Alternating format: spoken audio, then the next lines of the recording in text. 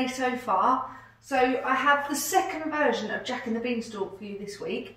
This one has a few differences from yesterday's, although it is still quite a traditional version. Have a look, see if you can work out anything that's the same, that's different from yesterday's, and have a think about which one you like the most, and maybe think about why. Hope you have a good day and enjoy today's story. Bye.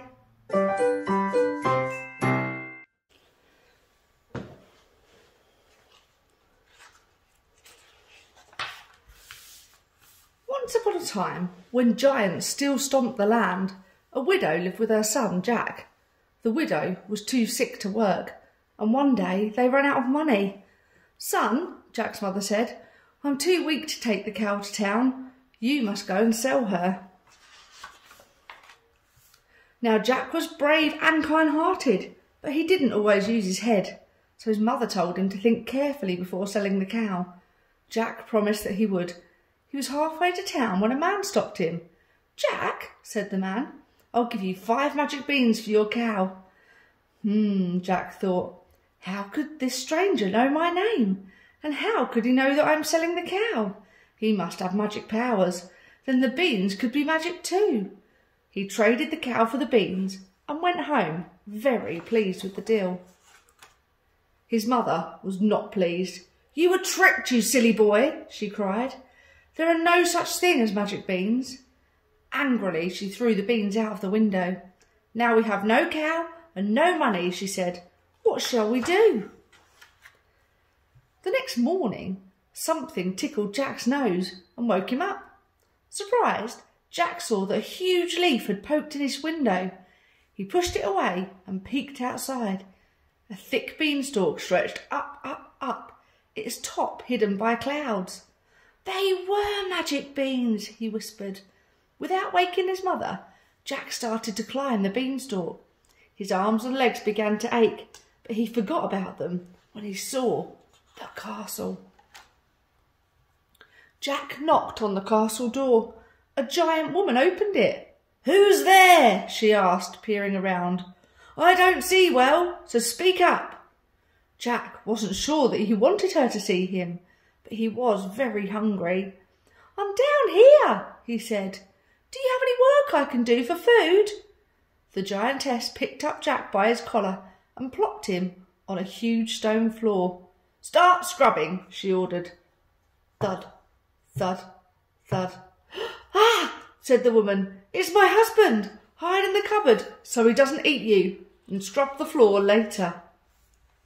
The giant came in, took one sniff, and said, "Fee, fi, fo, fum. I smell the blood of an Englishman.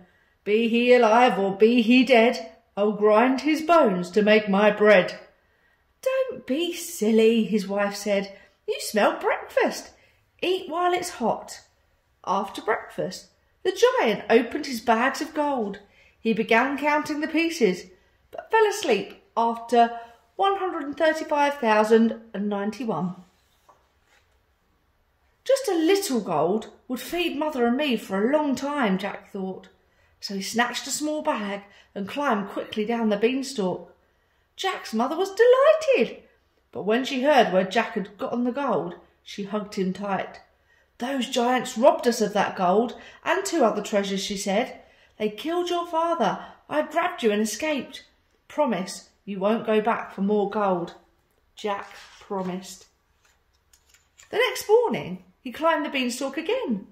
"I promised not to go back for gold," the boy thought as he climbed.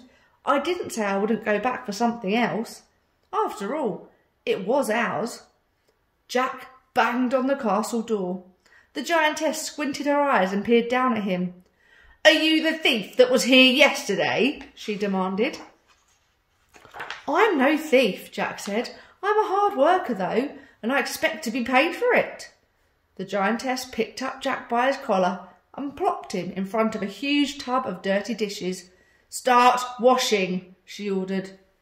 Thud, thud, thud. "Ah!" said the giantess. "It's my husband. Hide in the cupboard so he doesn't eat you, and do the dishes later." The giant came in, took one sniff, and said, "Fee, fi, fo, fum. I smell the blood of an Englishman. Be he alive Yeah, interrupted his wife. You smell breakfast. Eat while it's hot. The giant grumbled, but he ate. And then he got a goose from a crate in the corner. He put the goose on the table and roared, "Lay!" The goose honked twice, then waddled back to its crate, and on the table was a golden egg. The giant tossed it up and down like a ball. Then his eyes began to hurt from looking at the shiny gold, so he shut them.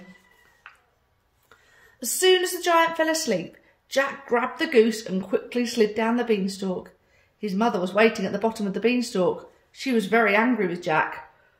"I didn't exactly promise not to go up again," said Jack. "You knew you weren't supposed to," said his mother. "Go to your room." Jack knew that he shouldn't, but the next morning, before his mother woke, he climbed to the castle. Instead of banging on the door, he crawled in the kitchen window when the giantess wasn't looking. The giant's wife hid me in the cupboard, Jack thought. I'll hide somewhere else. So he climbed into the wash tub. Soon he heard thud, thud, thud.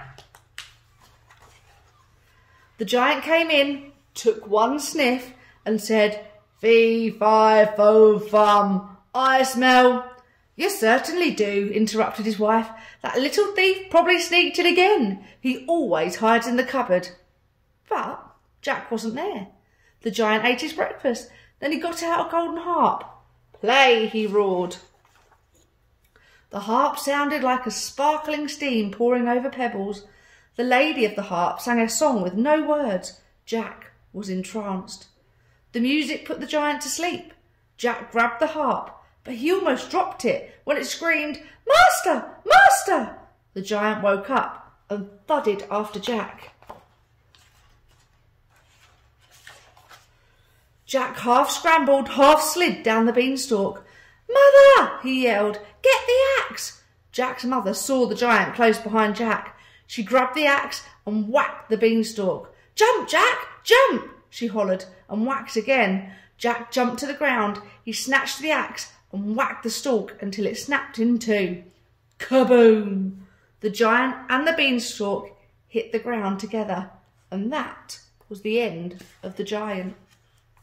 Jack, his mother, the goose and the harp lived very happily together, except for the time that Jack went to town to buy a pig. But that's another story.